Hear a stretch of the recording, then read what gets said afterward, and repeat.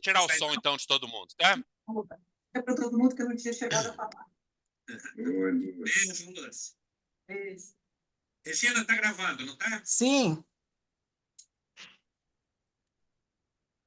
Regina? Oi, oi, tô começando. Não, tá repetindo o som, não sei o que está acontecendo, Regina. Tá, tá bom. Vamos lá. Bom, pessoal, Estão me ouvindo bem? Tá bom o meu som, Regina? Tá bom. Tá. Tá ótimo, tá ótimo. Oi. Ótimo. Vamos em frente, então. Vai andar na praia, Júlio?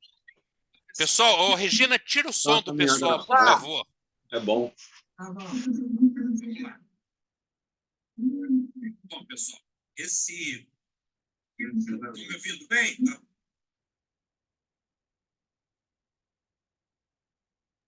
Tá sem som. Agora não. Bom, vamos tentar começar, então. Esse primeiro caso aqui foi mandado pelo Dr. Gunther, do Rio, e é um homem de 78 anos com essa radiografia de tórax. A gente já discutiu aqui várias vezes hemitórax opaco, né? A gente tem um hemitórax opaco, um hemitórax direito opaco, mas se a gente prestar atenção, está faltando alguma coisa, né?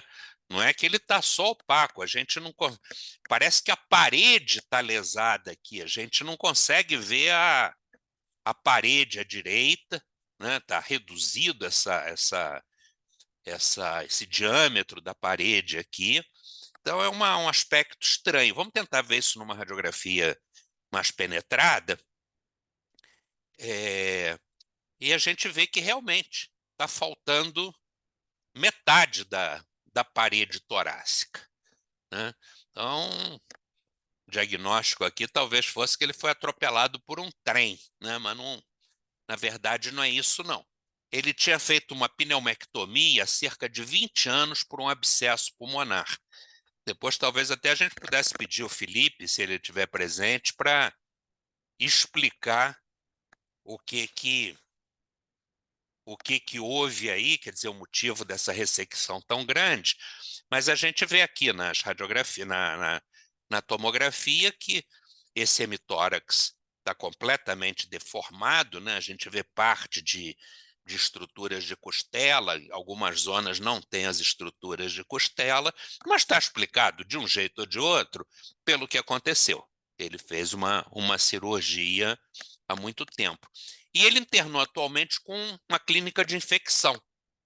Só que eu quero chamar a atenção aqui da necessidade de olhar tudo com cuidado, porque, bom, tem a pneumectomia, tá certo, isso aí é deformidade, coisa, mas percebam que ele tem uma massa enorme nesse pulmão esquerdo, né? Aqui é óbvio que não passaria, porque está muito grande, mas, às vezes, uma lesão menor, a gente se impressiona com as alterações maiores e deixa passar uma lesão menor.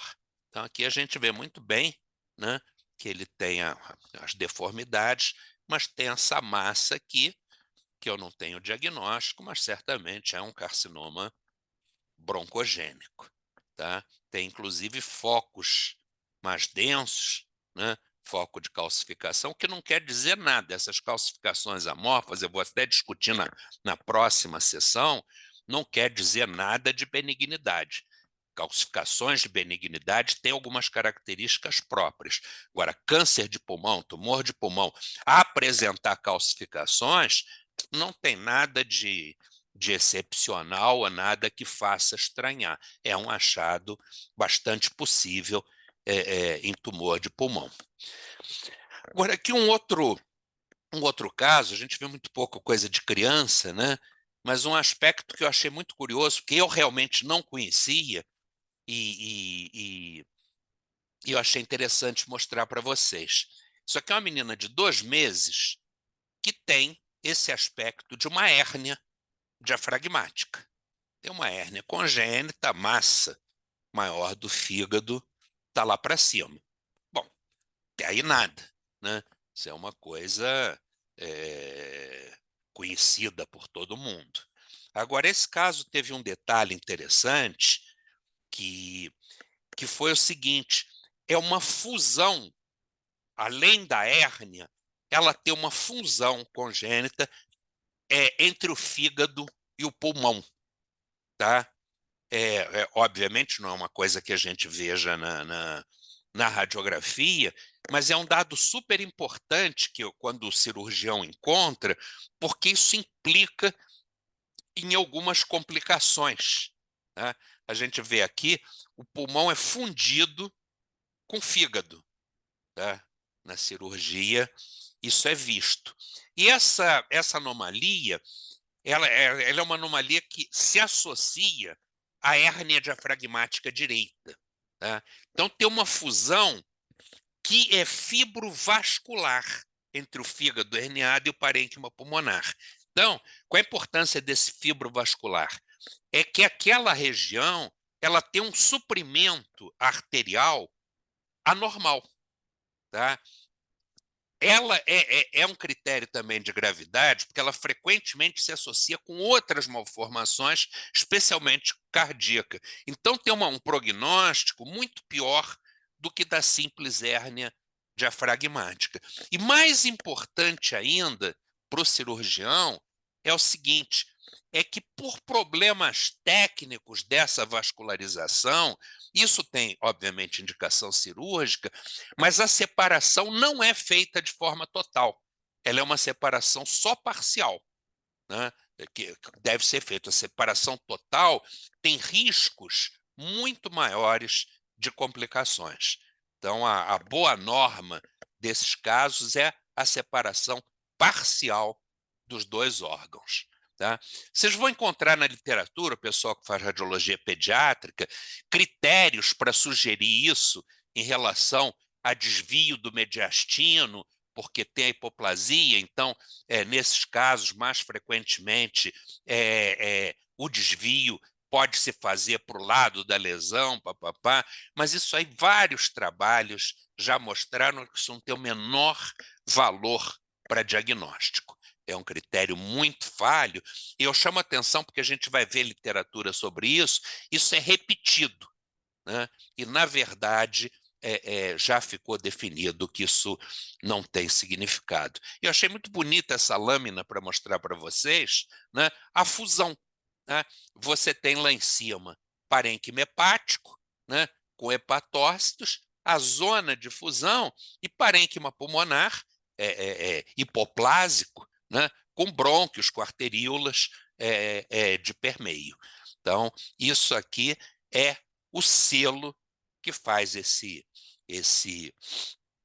diagnóstico. Obviamente, isso aqui é uma peça de necrópsia, né?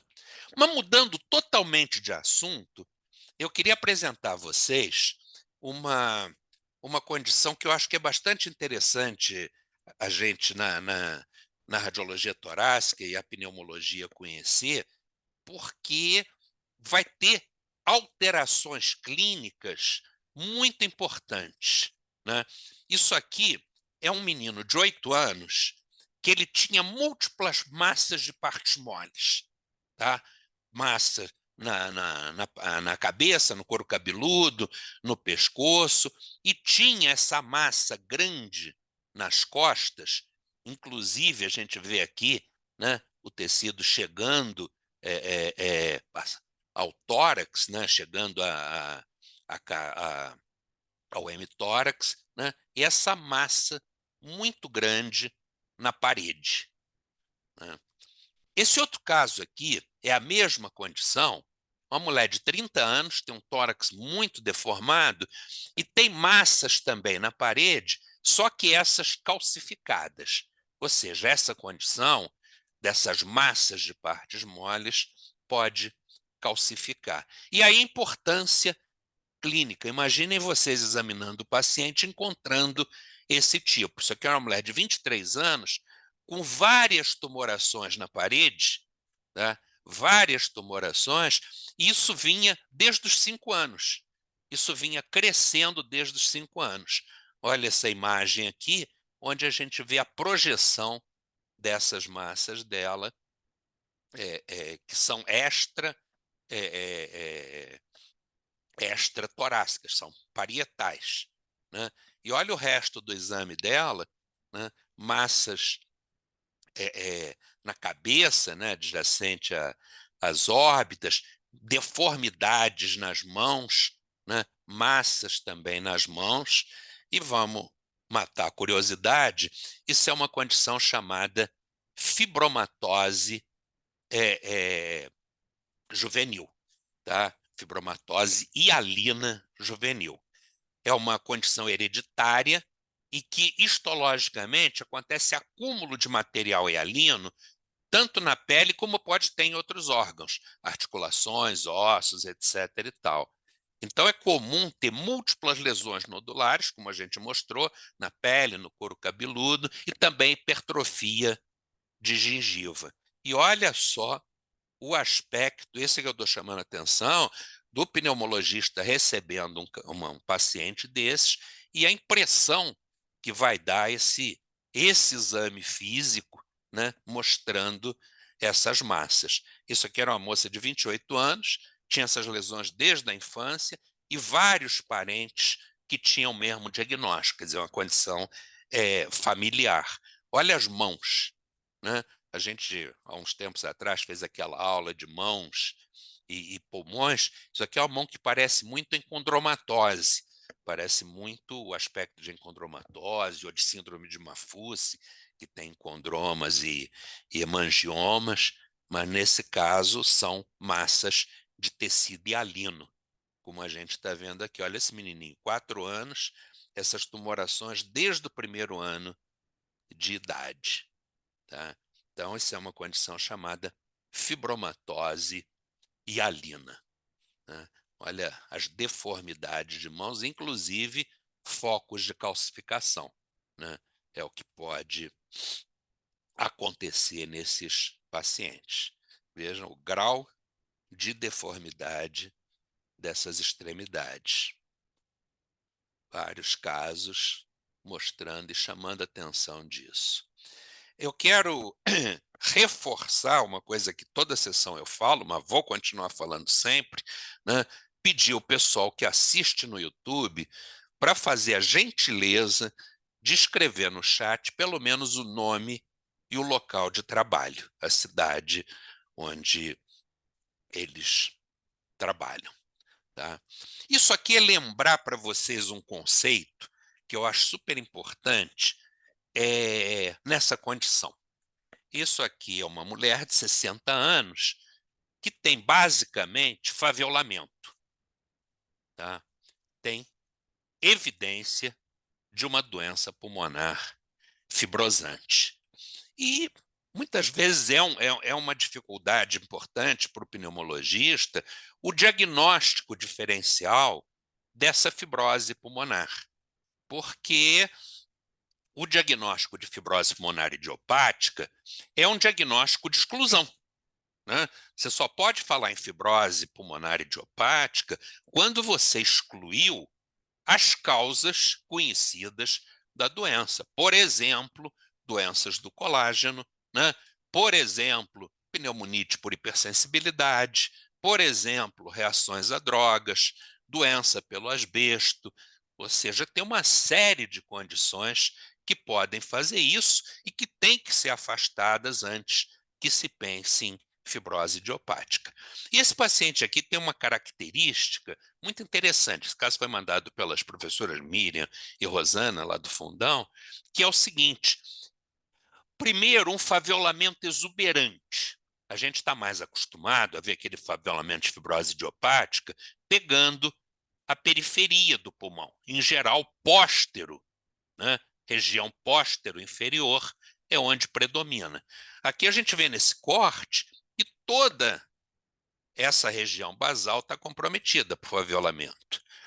E aí você tem zonas popadas e chega aqui na porção anterior de lobos superiores, você continua vendo favelamento.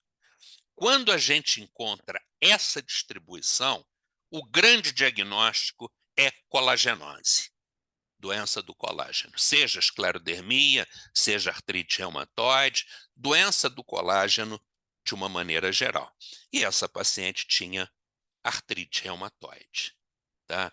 Isso aqui foi um trabalho muito interessante que saiu há uns 5 anos atrás, onde esses autores fizeram um estudo grande para diferenciar causas de pneumonia intersticial usual, né, a nossa PIU, que é o padrão que é visto em todos esses casos de fibrose dessas causas que eu falei, mas para diferenciar doenças do colágeno com fibrose idiopática. E esses 2 achados aqui foram os achados mais importantes. O faviolamento exuberante, como eu mostrei, e esse comprometimento anterior do lobo superior. Então, aqui, só para vocês reverem, né, o aspecto do faviolamento exuberante. Vejam que normalmente a fibrose, de uma maneira geral, tem esse predomínio póstero-inferior, mas nessa situação aqui pegou toda a extensão, foi desde lá da frente até a base. Isso é uma coisa que chama a atenção da gente para essa possibilidade. E a outra, talvez mais relevante ainda, seja essa aqui. Você tem fibrose lá atrás, no local mais esperado, mas tem fibrose nesses segmentos anteriores, nessa região anterior de lobo superior. Só não me perguntem por quê, né? Não sei por quê, mas é um fato e a gente vê isso na prática. Aqui, de novo, ó, bastante característico. Ó, o faviolamento lá atrás, né? E o faviolamento lá na porção anterior de lobo superior. Encontrou isso aqui? Aposta em doença do colágeno. Vá pesquisar a doença do colágeno, porque certamente vai encontrar, né? Essa é uma daquelas regras que funcionam bastante bem. Esse caso aqui foi um caso que o Felipe Judice mandou. Não sei se o Felipe está com a gente hoje, mas normalmente está sempre. E um caso bastante interessante que ele mandou para a gente ver a necessidade. A gente combinou de fazer uma demonstração sobre PET, sobre falsos positivos, negativos. Eu não estou enrolando, não. É porque, como esse período está em transição de residentes saindo, residentes entrando, eu estou esperando chegar março para mostrar isso, que é a época que já então normalizou, que os novos residentes chegaram, e eu não queria privar eles de ver esse material. Então, em março, eu vou mostrar isso. Mas, voltando a esse assunto, era um homem de 72 anos, com tosse seca há 2 meses. Fez essa tomografia e foi visto essa massa, né, aqui no pulmão esquerdo, irregular, né, mal definida, um aspecto extremamente sugestivo de um tumor pulmonar. É a primeira coisa que a gente tem que pensar vendo essa lesão, né? Ele tinha também alguns linfonodos até relativamente pequenos, mas tinha linfonodos no mediastino. E aí foi pedido um PET, né? Foi pedido um PET e o PET mostrou uma captação muito grande desse tumor, mas mostrou também linfonodos com captação no hilo e no mediastino, tá? Então, isso é importante porque muda o estadiamento. Uma coisa era ter só o tumor isolado, outra coisa era ter linfonodos comprometidos, que a gente tem que pensar que são metástases linfonodais. E está aqui o estudo mais ou menos completo e mostrando o SUV, né? O SUV no tumor era de 10 e pouco. E nos linfonodos, né, em diversas cadeias, está vendo, comprometidas, diversas cadeias, ele variava entre 4 e até 7. Né? Então, o que a gente tem que imaginar mas não afirmar, é que seja um tumor de pulmão com metástases linfonodais, inclusive contralaterais. Então, isso aí muda completamente o estadiamento. Mas o que manda o bom senso, né? Ter a comprovação histopatológica. A gente já sabe, já está acostumado a dizer aqui o número de falsos positivos e falsos negativos do PET em relação a afirmar que seja tumor. Nem tudo que brilha é tumor e nem tudo que não capta é não tumoral. Né? A gente sabe que as doenças infecciosas, e no nosso meio, tuberculose é extremamente importante, vai captar o FDG da mesma forma que tumores. Então, isso não serve para diagnóstico diferencial de lesão maligna com lesão benigna. Tá? E aí foi feito biópsias. Tá? A biópsia da massa confirmou, era realmente um adenocarcinoma. Só que os linfonodos, foi feita mediastinoscopia e foram biopsiados, e eram granulomas sarcóides, sem micro-organismos, caracterizando sarcoidose. Tá? Então, no tumor, tá aqui a peça mostrando o tumor, era um adenocarcinoma, né? Só que os linfonodos todos tinham a ver com sarcoidose, não eram neoplásicos. Então, isso é extremamente importante, porque o planejamento terapêutico desse paciente vai ser completamente diferente. Mas eu vou abordar isso com muito cuidado nessa apresentação que eu estou querendo fazer de PET. Né? Eu vou voltar com vocês um assunto que eu acho que, teoricamente, é de interesse de todo mundo, que é aquela questão da documentação dos exames. Tá? Isso evoluiu. Né? Eu pedi ao pessoal que assiste para me mandar subsídio das dificuldades que tem e como é que isso acontece na prática de cada um. E eu confesso para vocês que eu fiquei um pouco frustrado, porque eu imaginei que o pessoal da Pneumo teria um interesse maior nisso. Na verdade, eu recebi resposta de 4 pneumologistas só, enquanto de radiologistas eu recebi mais de 20. Tá? Então, um problema que eu pensei que afligia mais o pneumologista, na verdade, os números me fizeram pensar que é um problema maior do radiologista. Não acho que seja isso. Acho que foi simplesmente uma omissão que talvez tenha a ver com carnaval, mas, de qualquer jeito, foi pena, porque faltou informações para eu poder ir mais longe. Mas, de qualquer jeito, eu acho que esse problema, na minha cabeça, acaba a discussão hoje. Pelo seguinte, ficou claro para mim que a implantação desses sistemas de acesso online é irreversível. Tá? Isso aí é o que veio, é o que está acontecendo e é o que está acontecendo no mundo todo. Eu tomei o cuidado de consultar colegas da Inglaterra, consultar colegas dos Estados Unidos, de Portugal, e isso é o que ficou.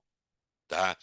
E a volta da gravação em CDs, me parece que na prática é muito difícil de se ter o retorno disso.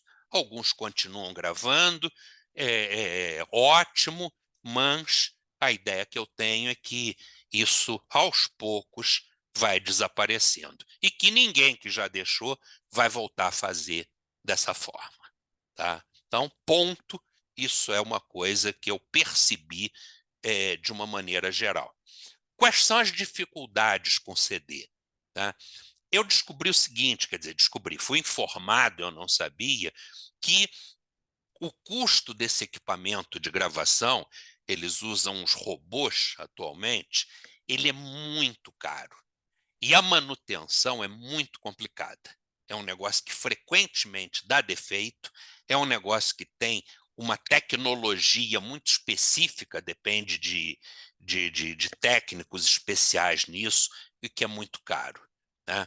E a grande coisa que eu ouvi de muitos radiologistas, e eu acho que é um fato, é que grande parte dos médicos não sabe ver o exame. Eu acho que o grupo de pneumologia é um grupo diferente disso, que o pneumologista ele sabe melhor ver o exame, né, e se interessa mais por ver o exame. Boa parte dos médicos, em geral, não se interessa de ver o exame. Ou, quando quer ver, ele prefere a documentação em papel, porque vê mais rápido. O ortopedista tem uma fratura não sei onde. Viu lá, tá no papel, não precisa de tecnologia para ver. E também uma queixa grande é carência de equipamentos pessoais com leitor de CD e o tempo que se leva com isso. Então, essas me foram mostradas como as principais dificuldades para o CD. E eu acho que é um sapo que a gente tem que engolir. Eu acho que vai ser assim mesmo. Tá? Então, o que eu vejo como sugestão, tá, para abrandar isso? Eu acho que eu vou mostrar para vocês que esses portais eles não são completamente seguros.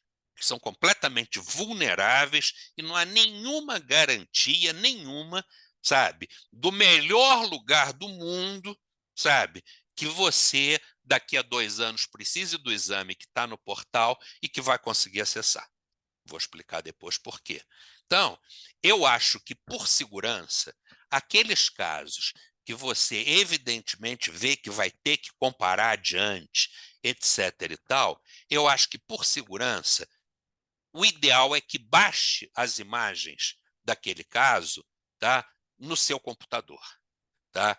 E que mesmo, vai encher muito o computador. Não, que grave, tá?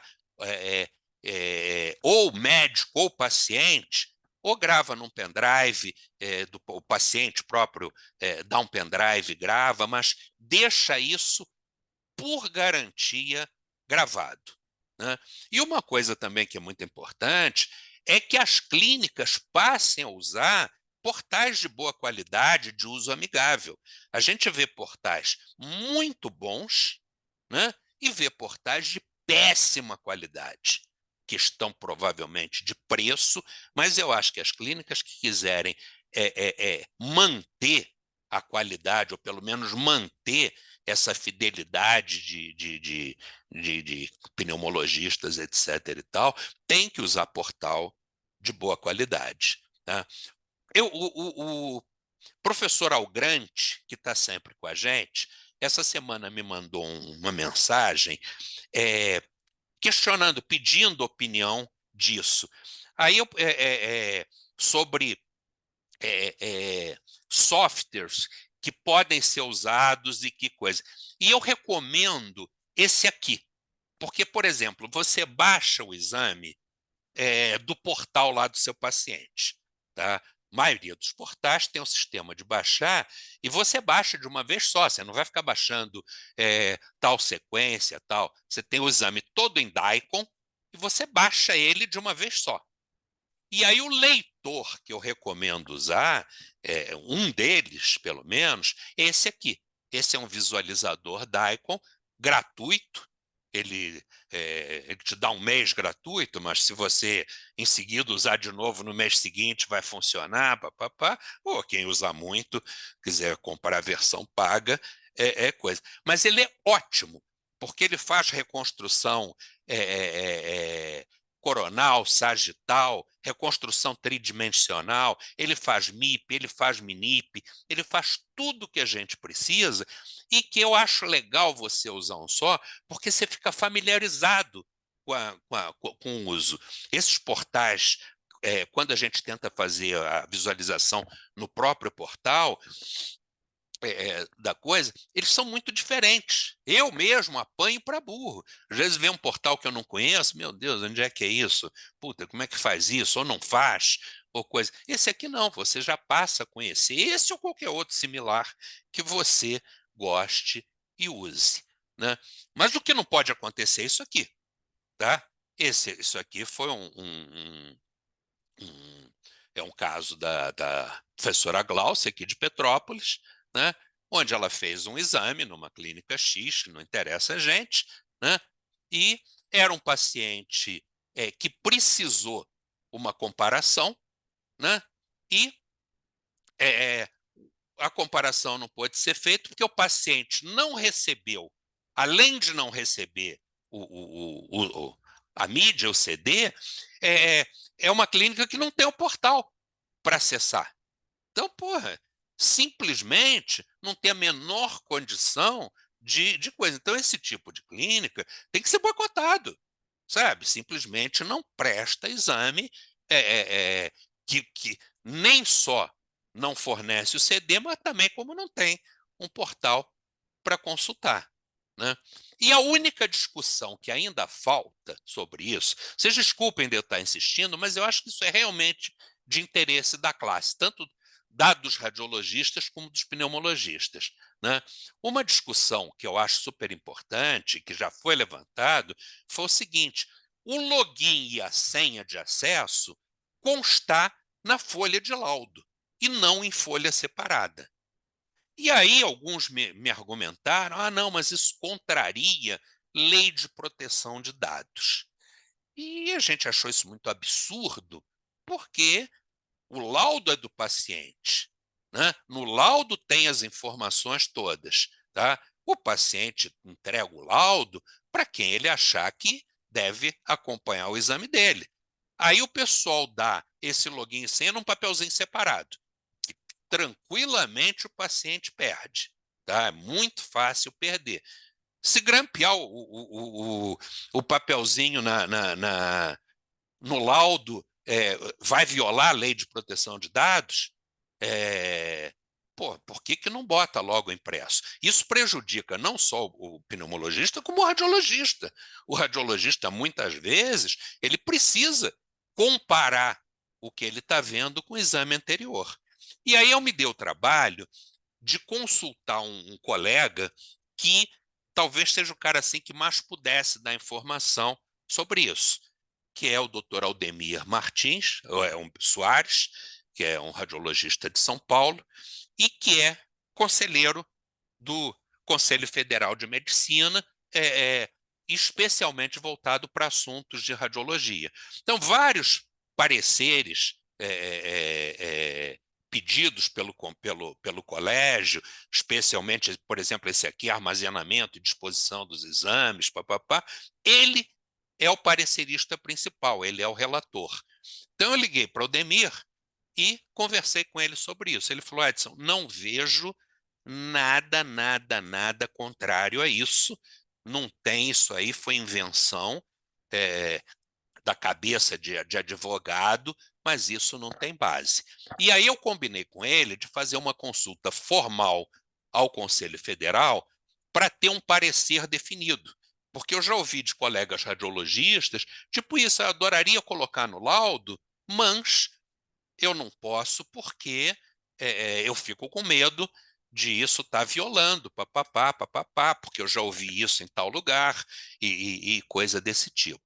Então, vamos ver se a gente consegue esse parecer definitivo e se pelo menos dessa discussão servir para passar a constar no laudo login e senha de acesso, eu acho que já vai ser o pouco que a gente pode conseguir. E eu tinha comentado, para terminar esse assunto, eu tinha combinado essa questão do CD, né, da documentação. E aí fui buscar isso aqui é de 2004, ou seja, fazendo exatamente 20 anos, quando os hospitais começaram a fornecer o exame em CD e não imprimir nos filmes, como fazia antigamente. E aqui, então, como é que isso começou a acontecer, tá? No grandes hospitais, etc. e tal. Mas aí vem o problema, um problema que está aumentando aumentando, inclusive, agora recentemente. Eu vou mostrar para vocês 4 coisas do último ano, de 2023, que é ataque de hacker a esses sistemas. Hackers atacando esses sistemas e cobrando resgate do material. Então, isso aconteceu no INCA, né, agora recentemente, na radioterapia do INCA, né, após ataque hacker, paralisa a radioterapia, ó, janeiro de 2024, mês passado. Né? Aqui, o Hospital Universitário da USP, ataque de hacker, deixa 700 pacientes sem atendimento, 2023. Né? Aqui, o Hospital de Taguatinga, né, 2023. Mesma coisa, pedindo sequestro. Esse aqui, muito a ver com a radiologia, foi no Fleury. Né? E vários hospitais relacionados ao sistema do Fleury tiveram problema de assistência, tá vendo? O Grupo Fleury, papapá, isso foi ano passado. Sírio-Libanês, Hospital Alemão, AC Camargo, todos esses hospitais sofreram isso. Não é uma coisa só do Brasil. Ó, isso aqui em Barcelona, ataque cibernético, Hospital de Barcelona, 4,5 milhões de euros foi o resgate, 2023. Não, além de problemas técnicos, de bug que esses sistemas podem sofrer, está acontecendo cada vez mais esses ataques cibernéticos.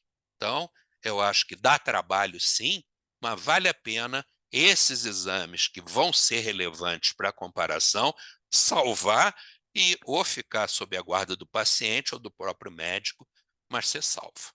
Mas vamos voltar a falar de medicina? Bom, isso aí não deixa de ser medicina também, mas vamos voltar a nossos casos. E o professor Miguel mandou esse caso para mim, que eu achei muito interessante mostrar para vocês, e a dificuldade, né, do diagnóstico. Isso aqui era uma mulher de 53 anos, morava em Pendotiba, em Niterói, que é uma zona que tem bastante histoplasmose, e se queixando de mal-estar, fadiga, febre, cefaleia, mialgia, dores articulares, e fez essa lesão pulmonar. Tá?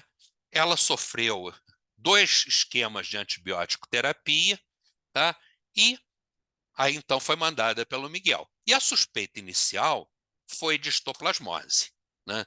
Tanto pela região que ela mora, como até esse aspecto. Eu já mostrei para vocês várias vezes esse aspecto de nódulo irregular, com vidro fosco, com sinal do halo, e um aspecto bastante comum em histoplasmose.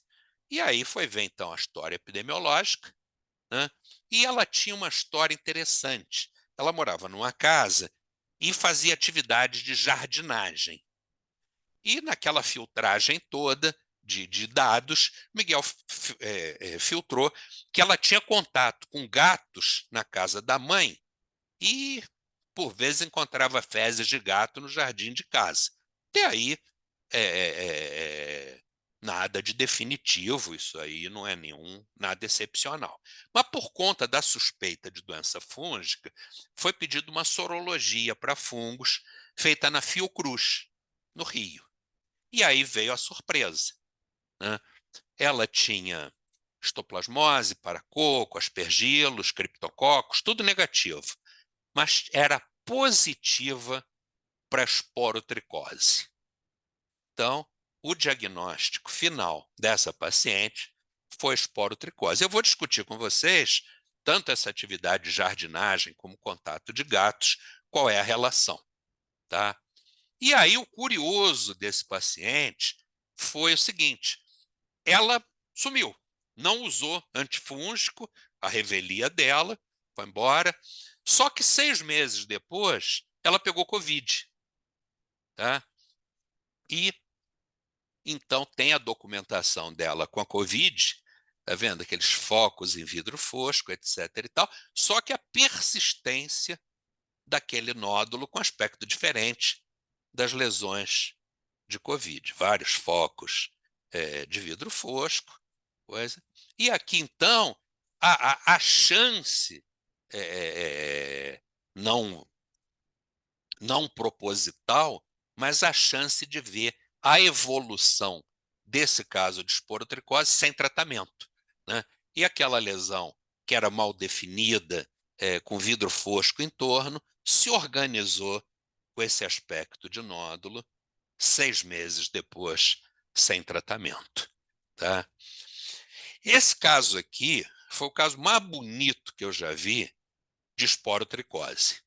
Isso aqui era um homem de 32 anos, é um caso da UERJ, foi estudado na UERJ, foi inclusive, teve 2 publicações, uma do ponto de vista mais de pneumologia, outra do ponto de vista da dermato, né? É uma publicação importante no tórax, do Rufino, da Cláudia, e era um homem de 32 anos com essas lesões pulmonares. Várias lesões escavadas, né, irregulares, alguns nódulos, tipo árvore em brotamento, uma lesão bastante estranha. Aqui a radiografia de tórax e mostrando as várias lesões escavadas bilaterais, né, inclusive lesões com septações. Eu sempre chamo a atenção que, embora não seja exclusivo sempre que eu vejo escavação com septação, eu ponho no diagnóstico diferencial doença fúngica, né? Então, a gente não vê, por exemplo, tuberculose fazer isso. Então, doença fúngica, com frequência, a gente vê septo. Mas não é exclusivo. A gente vê isso em embolia séptica, vê em outras condições. Mas esse caso aqui, eu confesso que se me mostrassem esse exame aqui completamente sem clínica, minha primeira hipótese seria paracoco. Eu pensaria em paracoccidioidomicose por essa mistura de padrões, né? Então, seria coisa, mas não interessa, eu ia pensar errado, né? Então, aqui só mostrando para vocês bem o negócio das septações, ó. Aqui também tem septo no interior, né? Aqui tem septo, ó, várias lesões septadas, né? A gente mostrando bem aí com as setas. E aí vem a clínica, né? Vem a clínica. Até ali, diagnóstico bem vago. Vem a clínica. Ele tinha essas lesões cutâneas. Era um homem, aí vem a história. Um homem de 32 anos, pardo, e trabalhava como caseiro num sítio. E há 2 semanas atrás, começou a ter lesões nodulares subcutâneas nos membros que começaram a romper e drenar essa secreção purulenta que a gente está vendo aqui, escorrendo mesmo, né? Várias lesões fistulizantes com saída de material purulento no tronco, no abdômen, nas extremidades, etc. e tal. Então, primeiro dado importante. E a segunda dica clínica, que levou direto para o diagnóstico. Isso aqui era o gato do paciente. Esse paciente mantinha cães e gatos na moradia e o gato tinha várias lesões desse tipo. Então, isso aí é cara, cheiro e gosto de esporotricose. Tá? Esporotricose tem um aspecto histológico bem interessante, que é esse aspecto que eles chamam de buquê de flores. Tá vendo? Que é a característica do esporotrix, que é o agente da esporotricose. Então, é um aspecto histológico, um aspecto do fungo muito, muito característico. E aí, o que é a esporotricose? O agente é o Sporotrix schenck, e aqui no Brasil tem os Sporotrix brasilienses, e é um fungo que ele é encontrado em materiais orgânicos, tipo solo, plantas, feno, madeira, especialmente quando está em decomposição, né? E aí você pode ter a inoculação cutânea do micro-organismo através de pequenas feridas, espinho, galho, lasca de madeira. Então, é assim que coisa. Então, é considerado também até uma doença ocupacional, uma doença vista em jardineiro, em fazendeiro, em pessoal que trabalha com flores, floristas, veterinários. Vocês vão encontrar, inclusive, alguns artigos chamando doença de jardineiros de rosas, né? E A outra relação, e essa muito importante, especialmente aqui no Rio, é a arranhadura de animais, especialmente gato. Então, ela tem muito a ver não só com essas atividades relacionadas à madeira, mas especialmente com gatos. E é uma doença que você tem uma incidência muito grande, especialmente no estado do Rio. Tá? A doença vem se tornando um problema de saúde pública no estado do Rio, em razão do aumento significativo de casos em seres humanos. A epidemia de esporotricose no estado se caracteriza pela transmissão zoonótica em ambiente domiciliar, tendo como transmissor o gato. Tá? Então, são detalhe que interessou até como é que é o nome desse cara? Wagner Montes, né? Surto de esporotricose no Rio, aqui o mapa, né? Mostrando as regiões mais afetadas, né? E números impressionantes. Número da Fiocruz, epidemia nos últimos 15, 20 anos, 1.503 gatos, 64 cachorros e 759 humanos tiveram esse diagnóstico num período de 6 anos. Né? Então, é uma doença que a gente tem que conhecer, não só o radiologista, como também o pneumologista. E não é só no Rio. Né?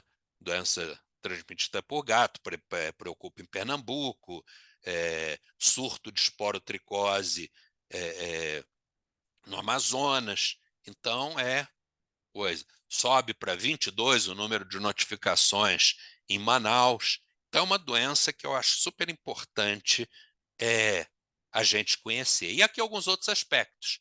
Isso aqui é um homem de 47 anos, com dispneia há 4 anos, ele estava com uma evolução crônica do processo, tosse produtiva, perda de peso, febre baixa, eventualmente hemoptise, fez múltiplos exames, tratamentos, vem piorando há 4 meses, fez biópsia pulmonar. Vejam que é um padrão que, no nosso meio, uma das primeiras coisas que a gente pensaria era tuberculose, né? Cavidade com deformidade, com aspecto de fibrose, predomínio nos lobos superiores, etc. e tal.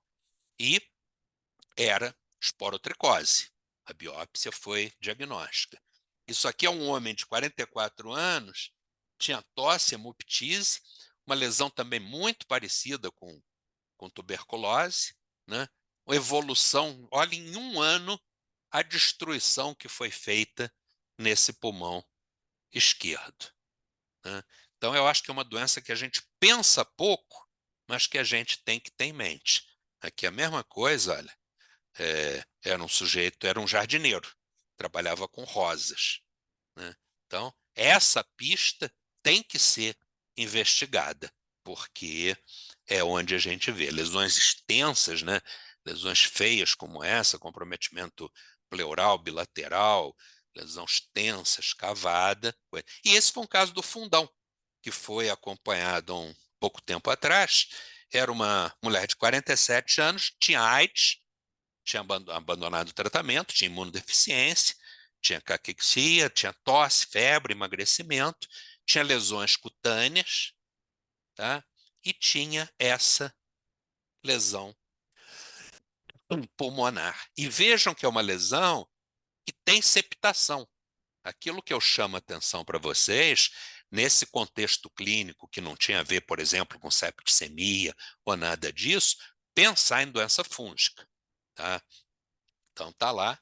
E foi feito cultura tanto de sangue, como de escarro, como de fragmentos de pele, e todas mostraram os porotrix crescendo ali.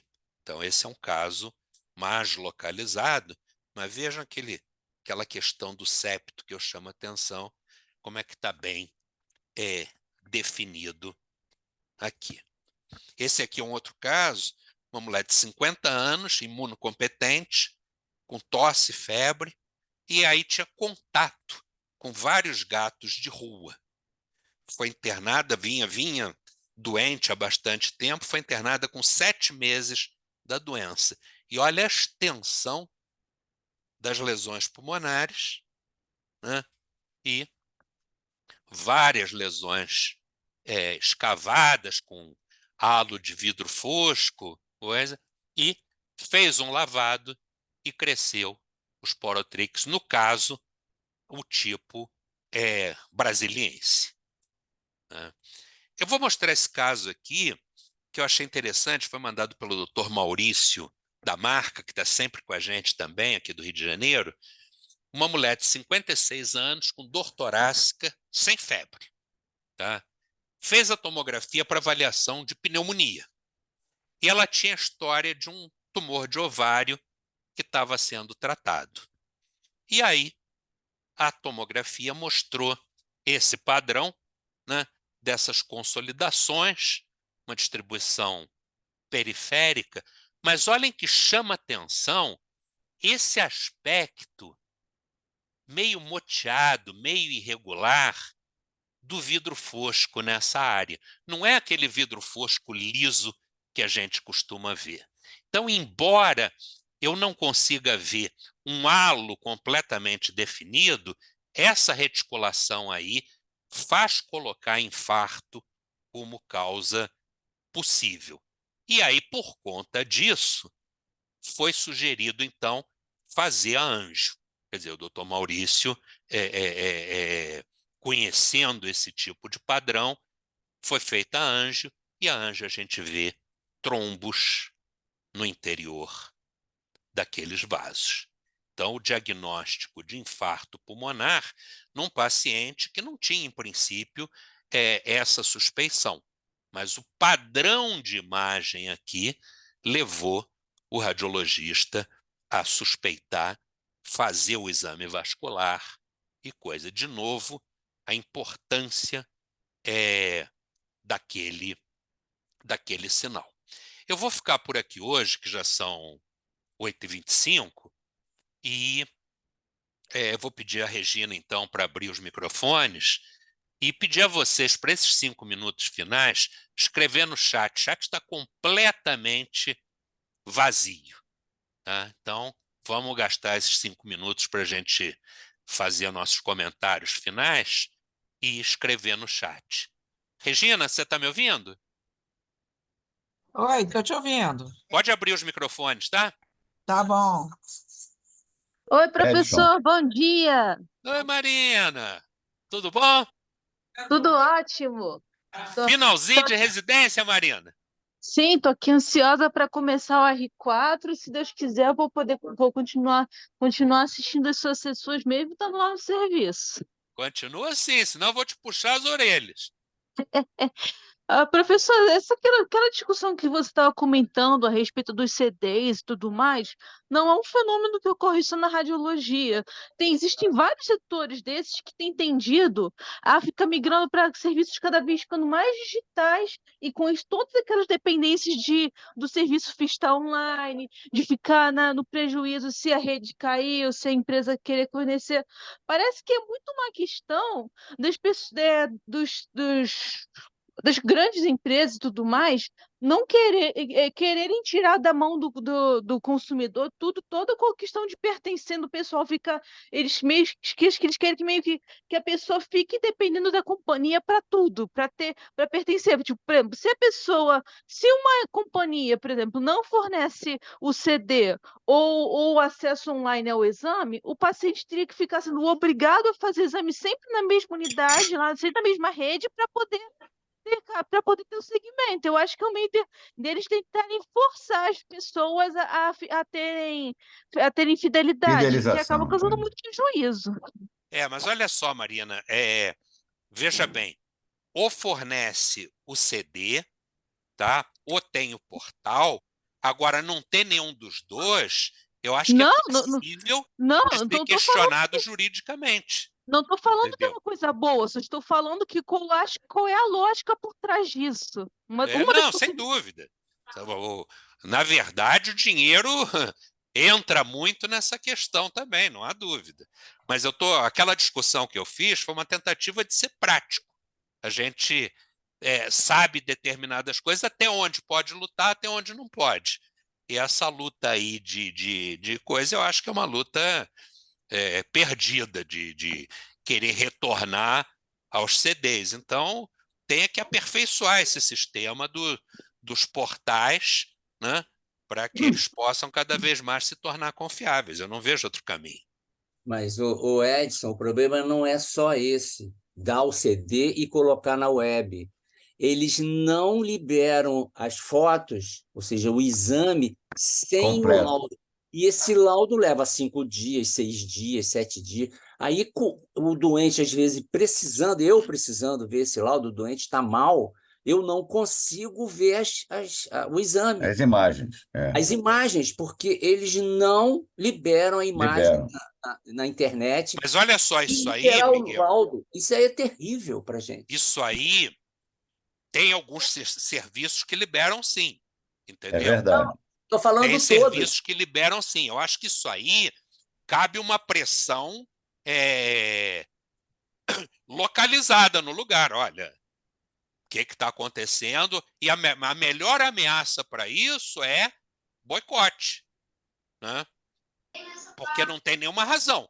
Porque isso aí, alguns Não, eles- serviços liberam imediatamente. Eles querem que a gente acredite no laudo, mas nós, pneumologistas, temos que ver o exame, O entendeu? único conselho que eu dou, escrevo embaixo, é o seguinte: não confie em laudo. Nem meu. Então, Para não dizer Edson. que é coisa, não confia nem no meu. Tá? Ô, Olha Edson, quantas vezes eu via na sessão que eu pensava uma coisa, tá? Estava com uma ideia formada na cabeça, aí vinha um residente, quando a gente fazia sessão pessoal, presencial, vinha um residente, mas pessoa, não pode ser isso? Caramba, não tinha pensado nisso. Pode sim. Duas cabeças vão pensar sempre melhor que uma. Isso é fatal, não tem jeito. Aí o que Ô, eu Edson. tenho feito? Eu só peço exame naquele lugar que eu conheço a pessoa. Isso. Entendeu? Isso. Aí eu vou lá, ligo para essa pessoa, já tenho o telefone dele, por favor, libere esse laudo que eu preciso ver as imagens. Aí ele vai lá, libera e dá o laudo no mesmo dia. Ora, peraí, né? Então, por que Não faz logo pode isso? ser assim, né? Ô, Diga, Mário, o Edson, que você estava querendo falar? eu quero falar do Radiant, desse programa que você mostrou aí. Eu uso há muito tempo, né? Quem me ensinou isso foi o Domênio. Só que ele, que era um programa gratuito, ele agora tem uma porção de limitações. Só para tu ter uma ideia, no consultório eu uso livre, né? O free.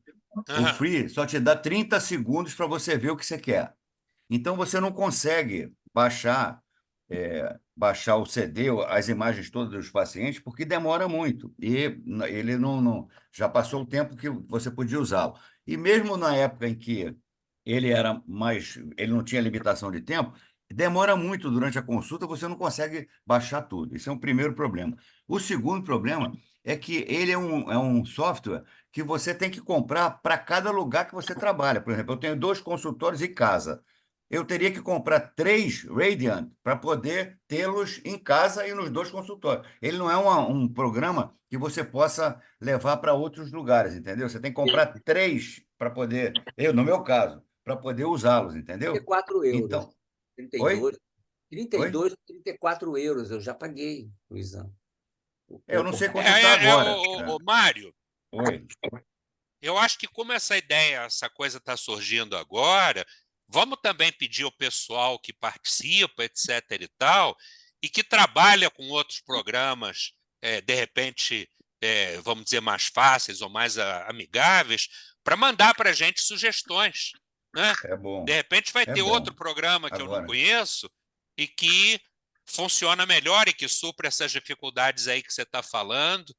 Né? Então, eu acho que... Eu tentei outros, que eu não lembro mais o nome, mas não são iguais. O Radiant é completo, é bom demais.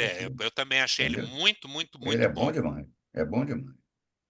Mas Tá é bom, engraçado, aqui Oi. ele não dava esse problema. Agora, depois começou a dar, isso que você falou tem toda a razão, só que o meu ele dá 5 minutos. Não, o meu não dá estudo, não. Eu não sei se é porque eu uso muito, eu abro tudo com ele, né? Eu abro toda a tomografia, tudo eu abro com ele, entendeu? Ô, Mário, Oi.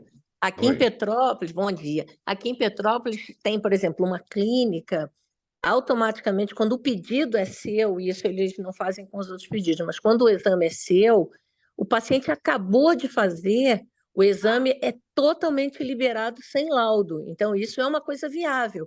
Por exemplo, Olha, o não. o paciente Tem fez o alguns exame serviços. lá, eu É. aqui consigo abrir. Eu abro em É. qualquer lugar, abro em casa, em qualquer lugar, desde que o exame tenha sido pedido por mim. Ela disse que a única coisa que ela não pode, que não pode ser feito é abrir os outros exames. Quando é de outro médico, quando outro médico solicita, ela manda no laudo com o QR Code. E o QR Code tem acesso ao exame. Então, isso facilita muito, muito, muito. Então, por exemplo, é uma clínica que eu dou toda a minha preferência. O aparelho é bom, o exame é de boa qualidade. Meu paciente acaba de fazer, por exemplo, manda do consultório fazer um raio-x de tórax. Automaticamente eu abro o raio-x e já entro em contato com o paciente. Então, isso é uma coisa totalmente viável, quer dizer, o não liberar o laudo ainda, e bota lá, laudo em análise. Pronto. A gente Não. abre e sabe que o laudo está em análise. Tudo bem. Glaucia, raio-x de tórax é mais difícil que tomografia aqui no Rio. É impressionante. É né? muito difícil, é muito Mas para difícil. você ver que isso é uma coisa totalmente viável, desde que a mídia é obrigada, quer dizer, você é obrigado a ter ele online, pelo menos quando o médico solicita, o você ter acesso aos seus exames, isso é totalmente correto, legal e viável. Você Então, é é uma uma questão. privilegiada. É uma privilegiada, que a gente não tem isso, não. Não, Mas o eu raio-x não de tórax sei leva se um não é mês para questão de fazer. negociar com esse pessoal, sabe? É dinheiro, Edson. O raio-x de tórax é muito barato, cara. Eles só querem fazer tomografia, que rende mais para a Ah, não, clínica. você está dizendo a Entendeu? dificuldade de fazer raio-x de tórax, É porque né? você não consegue, nem isso você consegue, Ah, entendeu? sim, não, verdade. Eu uso um raio-x fajuto que tem lá perto do consultório, que é baratinho, e o cara me dá sem laudo. Porque eu escrevo lá, por favor, mande É para eu ver verdade. hoje sem laudo. Aí o cara vai lá, faz o É raio-x, um é um motivo, raio-x pequeno, aquele raio-x digital, aí Sim. vem sem laudo, eu vejo, pelo menos. Mas o cara tem que pagar, né? Porque ele tem convênio, mas vai lá e paga e traz aqui, porque senão vai ficar ruim, vai ficar difícil, entendeu? Tá É. certo. Bom, um abraço a todos. Trabalhar tá difícil, Edson. Trabalhar tá difícil. Tá muito. Muito difícil. Não, e esses convênios não fazem nada para facilitar, né? Pagam Não. o raio-x de tórax, ele começou a acontecer isso, e muita clínica parou de ter, porque o raio-x de tórax estava dando prejuízo. Aquele filme que a gente usava antes, aquele 14 por 17 polegadas, pô, praticamente o convênio pagava por todo o exame, laudo, coisa, o valor do filme, ponto. Eu sei. Alô? Eu sei. Entendeu? Então é um negócio completamente anticomercial você Verdade. fazer raio-x de tórax. É. Ed, só para Crise chamar. intensa no Sistema Único de Saúde. É isso que a gente está vivendo, tanto na parte privada como na parte pública. Então, a gente está passando um momento muito delicado na medicina do Brasil. É isso que está acontecendo. É verdade. Um Os não paga exames o feitos outro, pelo outro não paga SUS, o esses outro. não têm imagem verdade. mesmo, né, Ciro? E o exame feito pelo Não, SUS, não tem. CID-J, sei lá o nome desse troço, tem um monte lá que não tem imagem nenhuma, só vem um laudo e você que se vire, entendeu? Exatamente. Então, o sistema Muito de saúde difícil. está muito precário. Estamos vivendo um momento assim, muito preocupante. Os convênios não têm dinheiro para pagar os fornecedores que não fornecem. E aí as empresas começam a diminuir o número de pessoal, começam a diminuir a qualidade. Estamos vivendo um momento muito delicado na saúde do Brasil, né? O Edson, só Enfim. para finalizar, para chamar a atenção, que nessa era Covid, agora falando de ciência, a quantidade de esporotricose aumentou, tanto cutânea quanto pulmonar, é porque as pessoas, para não Ficava mais ficarem em casa. solitárias, sim. eles compram gatos. Aham. Gato, Às vezes esses cachorro. gatos são doentes. Eu tenho uma paciente cheio de lesão no focinho do gato e ela contraiu isso. No pelo do gato tem um esporo. Aí ele aspira aquele pulmão, entendeu? Como aconteceu com uma doente minha. Então, a lesão cutânea, às vezes, ela não existe. É raro você ter lesão cutânea que migra para o pulmão, isso é raríssimo. A lesão pulmonar é por inalação. É isso aí mesmo. É. Bom, gente, o papo tá ótimo. Eu ficava aqui a manhã toda conversando, mas Precisamos todo reunir mundo para tem conversar compromisso. mais. Vamos ficar por aqui. Ah, é verdade. O Antônio E está certo, semana que precisamos vem, reunir então, para conversar a gente mais. está junto novamente. Um abraço bem valeu, grande para turma. todo mundo, gente. Abraço, Um turma. abraço. Tudo de Obrigado, bom. Edson. Beijo Regina, pra depois todo você me mundo. manda o chat, tá? Bom dia a todos. Tá bom. Bom Então dia. tá. Tchau. Obrigado, Regina. Bom dia para Em todo tá, mundo. Bom dia, em tá pessoal. domingo. Em tá domingo. Domingo tem Beijo. festa, hein? Exatamente. Beijo. Um beijo para todo mundo. Tchau.